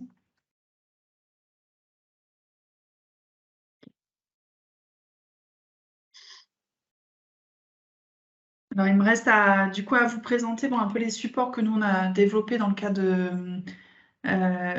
du projet. Donc, il y a plusieurs supports qui sont en cours de finalisation ou déjà en ligne. Tout d'abord, en discutant du coup avec notamment des responsables qualité, notamment en couvoir abattoir, je vous ai parlé pas mal du logiciel Serich, qui est un logiciel quand même intéressant pour se rendre compte, parce qu'après, nous, on l'a utilisé juste pour la phase de diagnostic, mais il y a aussi tout un volet bilan, et puis l'idée de ce logiciel, c'est aussi d'engager une démarche de prévention. Donc, il y a toute une partie que nous, on n'a pas forcément utilisée dans notre projet, mais qui peut être utile dans le cadre d'une réflexion dans une entreprise. Donc, ce qu'on a fait, c'est on a créé un petit guide d'utilisation de Serich. Alors, l'idée, c'est pas de refaire un guide sur comment prendre en main Serich. Ça existe. Serich met déjà en ligne un certain nombre de tutoriels. Par contre, c'est vrai qu'en prenant en main, ce qu'on a mis à disposition, c'est tous les découpages un peu type d'établissements, donc du coup avicole, adaptés un peu à l'aviculture, de façon à ce que les gens ne repartent pas de zéro sur les découpages d'entreprise, et puissent aussi potentiellement se comparer aux résultats qu'on a pu obtenir. Et puis aussi on a mis aussi dans ce guide la transposition en fait des situations qu'on a rencontrées en modélisation de scénarios d'exposition et cutanée donc dans ces régimes. Par exemple, je citais les canons à mousse, donc on a expliqué donc comment on rentrait finalement l'utilisation d'un canon à mousse dans ces riches, enfin du moins les hypothèses nous qu'on a prises. Donc tout ça c'est pareil, c'est pour pouvoir aux gens qui le souhaitent, prendre en main peut-être un peu plus rapidement avec des exemples effectivement en filière avicole pour des entreprises avicoles et piscicoles, et puis pouvoir aussi se comparer aux résultats que nous on a pu obtenir, donc avoir un peu les mêmes hypothèses de départ. Donc ça avait été une demande des responsables qualité qui trouvaient la démarche intéressante et qui ont d'ailleurs récupéré l'évaluation CIRIGE qu'on avait fait. On leur a passé les fichiers pour qu'ils puissent continuer leur action dans leur entreprise derrière. Ce qu'on est en train aussi de rédiger, c'est, alors ça sera plus probablement un ensemble de quelques diapos sur les principaux résultats par maillon filière qu'on a enquêté pour, là je suis en train de les finaliser, donc pour donner quelques chiffres, voilà, d'avoir une plaquette, ça peut être intéressant.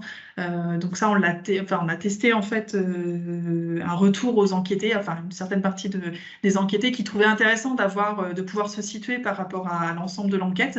Donc on leur a fait une restitution individuelle de leurs résultats, puis on leur a montré les résultats globaux de l'enquête. Donc l'idée c'était aussi pouvoir favoriser dans les démarches de prévention, dire ben voilà, une enquête qui a été faite à un moment donné et quel résultat avait été obtenu, et ça permet de pouvoir se comparer et sensibiliser finalement aux risques. Donc c'était les retours qu'on a eu des éleveurs auxquels on a un peu soumis ces chiffres-là pour voir un peu les réactions qu'ils pouvaient avoir, et ça nous a permis de conclure que ça pouvait être un support intéressant de sensibilisation, de voir un peu les chiffres. Qu'on a réalisé également avec du coup l'aide de la MSA, donc un poster de sensibilisation situations les plus à risque, donc qui rappelle effectivement le croisement danger fois exposition, et puis quelques conseils d'utilisation de PI, même si on précise bien que c'est pas le seul moyen finalement de faire de la prévention. Donc, il y a des webinaires aussi, le webinaire d'aujourd'hui, puis un autre spécialement dédié à la filière piscicole, le 13 octobre prochain. Et ce qu'on a l'intention aussi de développer, donc là c'est en cours de rédaction, des fiches synthétiques sur l'utilisation des fluors de barrière et détergents enzymatiques. Et puis des vidéos également, notamment sur l'utilisation des canons à mousse, qui reste quand même le principal support matériel d'utilisation, d'application en élevage notamment, avec un certain nombre de précautions à prendre, notamment sur le réglage, et puis une vidéo de témoignage qu'on a prévu de faire également. Voilà, et normalement tous les livrables, alors que ce soit, alors il y a aussi des articles scientifiques qui ont été rédigés sur l'ensemble des résultats, notamment les résultats plutôt laboratoires. Vous pouvez les retrouver donc sur une page projet. Donc vous cliquez sur ce lien-là, vous tomberez sur la page du projet avec tout faut parcourir la page tout en bas. Vous aurez en fait tous les livrables donc qui seront mis en ligne donc d'ici la fin du projet décembre. Donc il y en a déjà un certain nombre, notamment des articles qui ont été publiés aux Journées de la recherche à l'école. Donc si les travaux qu'on a réalisés vous intéressent, d'aller un peu plus creuser la méthode et puis les résultats plus précis. Donc vous pouvez les retrouver à un seul endroit sur cette page projet. Et donc vous n'hésitez pas aussi à revenir vers moi si vous avez des questions sur ce qu'on a réalisé.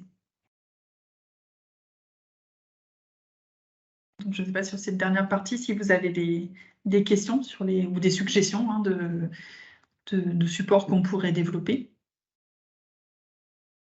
Pourrait vous être utile.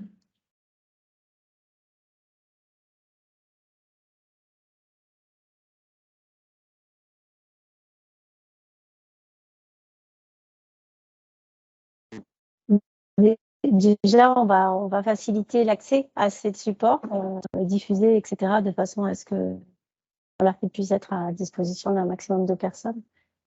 Et j'imagine que vous êtes preneur aussi d'expériences pédagogiques en retour. Comment ça a été utilisé, des choses comme ça? Oui, tout à fait. Après, nous, ça nous permet aussi pour les prochains voilà, projet ou même pour la suite d'avoir des supports qui correspondent le plus aux besoins des gens et puis notamment des enseignants. Hein. C'est tout l'intérêt d'avoir aussi ce feedback. N'hésitez pas, voilà, si vous n'avez pas des idées maintenant, n'hésitez pas à nous suggérer des formats ou des choses qui vous seraient vraiment utiles dans votre quotidien. C'est l'intérêt de ces échanges.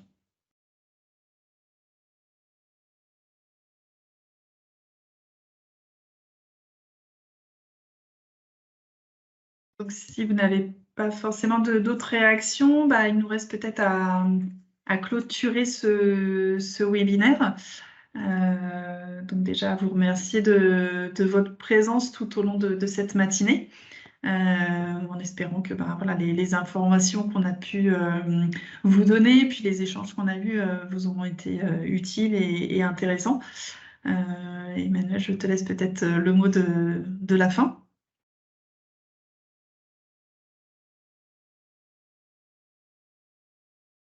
Oui, ça peut être moi ou Laurent. Enfin, moi, je voulais vous remercier par rapport à la richesse de ces retours et de l'importance pour nous de diffuser des résultats de recherche et développement. Enfin, c'est très important pour nous. Et puis, on voit que ça ouvre sur des questions de formation, que ça pose des questions de comment aussi mieux accompagner des enseignants ou des directeurs d'exploitation. Donc, on va y rééchanger là-dessus. Et peut-être que Laurent veut prendre la parole par rapport à sur des aspects aussi et pour compléter ce que j'ai dit. Oui, en fait, pour compléter, sur l'aspect bien-être animal, effectivement, comme je l'ai dit tout à l'heure, les établissements qui ont envie de sauter le pas et de faire des diagnostics ébènes ou des journées avec les jeunes sur le bien-être animal, mais aussi bien sûr sur le thème de la désinfection, mais le thème du bien-être animal est peut-être, je sais pas, c'est peut-être une idée que je vais, mais peut-être plus présent aujourd'hui dans les débats. Mais donc voilà, vous n'hésitez pas à revenir vers nous et on dégagera du temps et des moyens financiers aussi pour s'entourer de Nathalie ou de Laura qu'on avait aujourd'hui, voire d'autres spécialistes si besoin. Donc ça, c'était la première chose que je voulais vous dire. Et puis la deuxième chose que je voulais vous dire, c'est que la journée d'aujourd'hui, on l'a aussi inscrite au plan national de formation. Donc je vous ai mis dans le chat l'adresse mail de Martine pour l'obtention d'une attestation de formation. Si vous en avez besoin, vous n'hésitez pas à nous le demander. Et voilà, et un grand merci à Nathalie et Laura pour tout le travail effectué. Je pense que c'était très très riche et puis ça va nous permettre d'avancer sur ces thématiques et oui, on n'a pas trop échangé sur la dernière partie de construction de documents en commun, mais enfin, je pense que les chantiers vont arriver et puis on va développer des formations et on est à l'écoute pour développer de nouveaux outils à venir sur ces thématiques. Voilà.